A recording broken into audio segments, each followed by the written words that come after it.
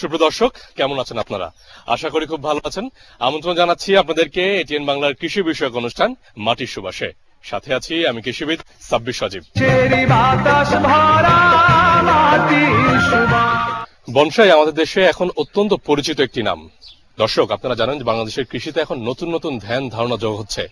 অনেকটাই শৌখিনতার দৃষ্টিকোণ থেকে অনেকে এগিয়ে আসছেন এ ধরনের বনসাই তৈরি করতে এবং উৎপাদনে। আমরা আজকের পর্বে দেখানোর চেষ্টা করব কি করে বনসাই উৎপাদন করা যায় এবং এর পরিচর্যা কিভাবে করতে হয় এবং এর নানান দিকগুলো, অর্থাৎ এই বনসাই উৎপাদনে কি কি সমস্যা রয়েছে এবং এর ভবিষ্যৎটি কি আসলে, সেই ব্যাপারগুলো আপনাদের সামনে তুলে ধরব। চলুন তাহলে চলে যাই আজকের আয়োজনের মূল অংশে।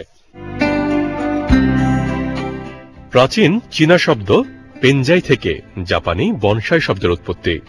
বনসাই করতে ব্যবহৃত ট্রের মতো যে পাত্র ব্যবহার করা হয় তাকেই সাধারণত বন বলা হয়, আর খর্বাকৃতি গাছকে বলা হয় সাই।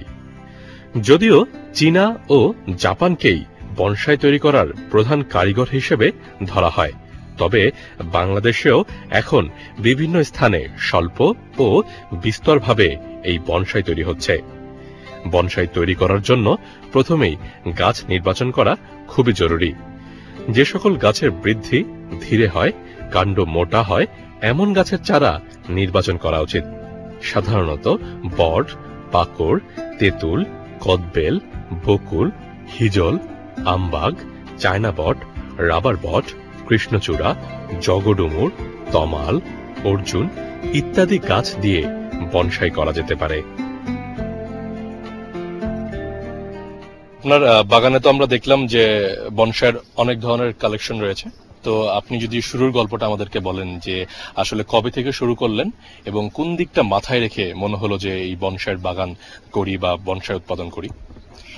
আসলে আমি 96-এ প্রথম বনসাইয়ের একটা সিলেটে ঘুরতে গিয়ে একটা বনসাই দেখি, সেখান থেকে আমার মাথায় ঢুকে যে বনসাই আমিও করতে পারি কিনা। তো সেইভাবে তখন থেকে আমি প্রথম 4টা বনসাই কিনে শুরু করি মাত্র 100 টাকা দিয়ে। আজকে মোটামুটি আমার বাগানে প্রায় 1 কোটি টাকা বলা যেতে পারে যে আমার সমস্ত জায়গা নিয়ে যে 1 কোটি টাকার গাছ আছে আমার কাছে। আর এই শুরুটা হয়েছে যে মানুষের উৎসাহ থেকে। প্রথমত যখন আমি 1-2টা গাছ করলাম, মানুষ আমাকে উৎসাহ দিত। আপনারা জানেন যে আমি পাশাপাশি সরকারি চাকরি করি, সেখান থেকেও আমার অফিস থেকে আমাকে নানাভাবে সহযোগিতা করে, তারা উৎসাহ দেয়।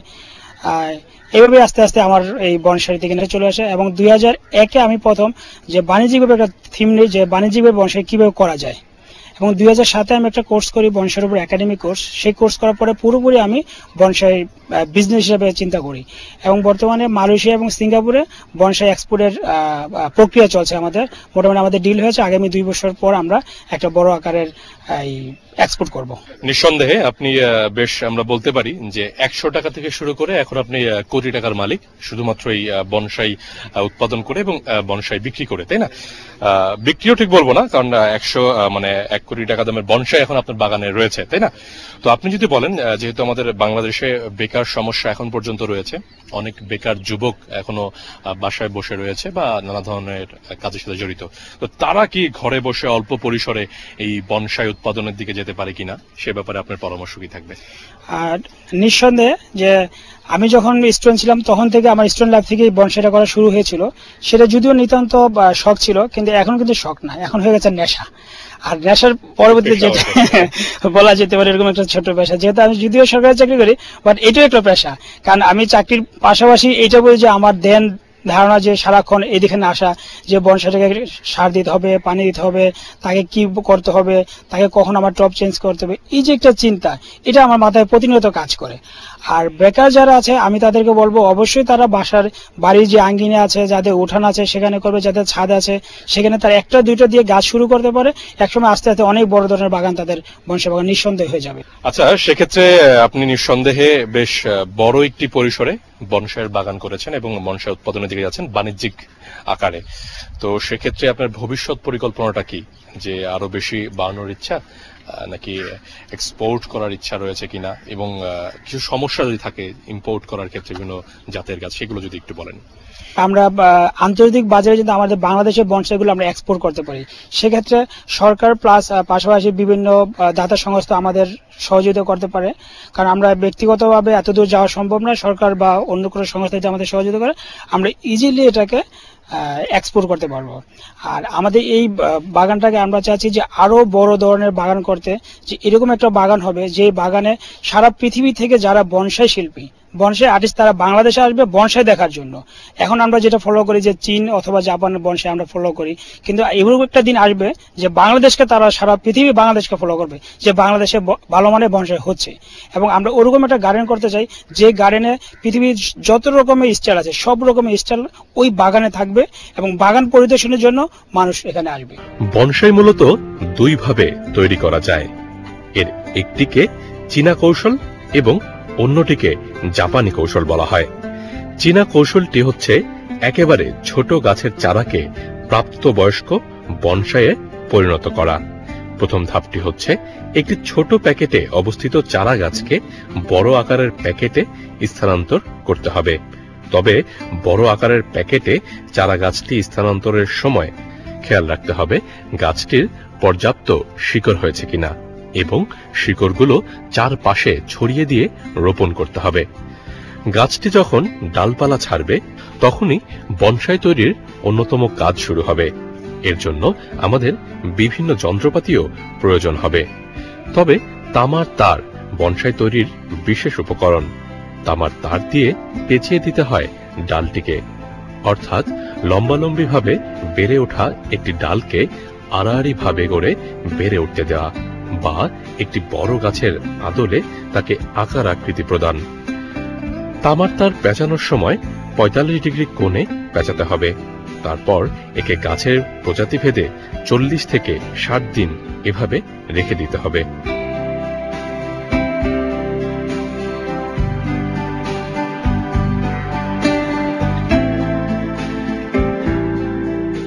রুট ওভার রক বনসাই আজকাল অনেক বৃক্ষপ্রেমীরই মনের খোরাক জোগাচ্ছে।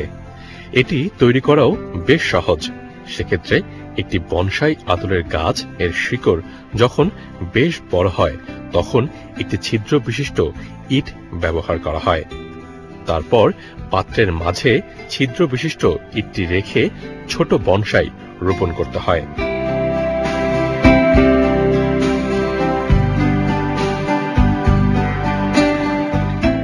ছোট বনসাইয়ের শিকড়টি ইটের উপর দিয়ে দিতে হয়।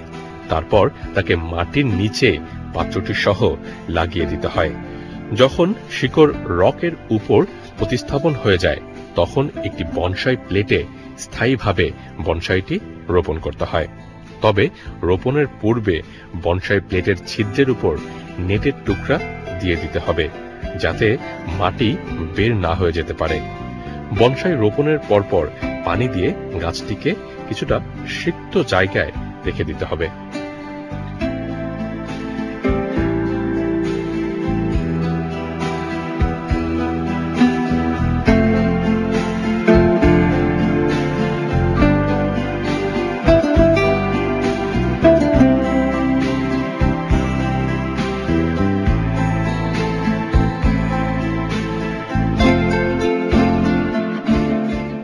সুপ্রিয় দর্শক, আমরা এখন কথা বলবো বাংলাদেশ বনসাই সোসাইটির ট্রেজারার মিনা আপার সাথে। যে আপনি যদি বলতেন যে আমাদের এই বনসাইয়ের আসলে ভবিষ্যৎটা কি, আর যে কেউ কি খুব অনায়াসেই এই বনসাই তৈরি করতে পারেন কিনা? আমি বলবো অবশ্যই অনায়াসে বনসাই তৈরি করতে পারে এবং এর ভবিষ্যৎ খুবই ভালো। যদি কিনা সে প্রকৃতিকে ভালোবাসে, যারা প্রকৃতিকে ভালোবাসবে এরা বনসাই করতে পারবে, আমার দৃঢ় বিশ্বাস। এবং যারা বনসাই করার ইচ্ছা, আমি মনে করি এরা বাংলাদেশ বনসাই সোসাইটি বা আরো আনুষঙ্গিক অন্য জায়গা থেকে ট্রেনিং নিতে হবে। ট্রেনিং ছাড়া বনসাই করা সম্ভব না এবং এর বিভিন্ন স্টাইল আছে, সেই স্টাইলে গাছটাকে করতে হয়। এবং আমরা অনেকের ধারণা যে আমরা বড় বড় গাছ কেটে বনসাই করছি, তা মোটেই না।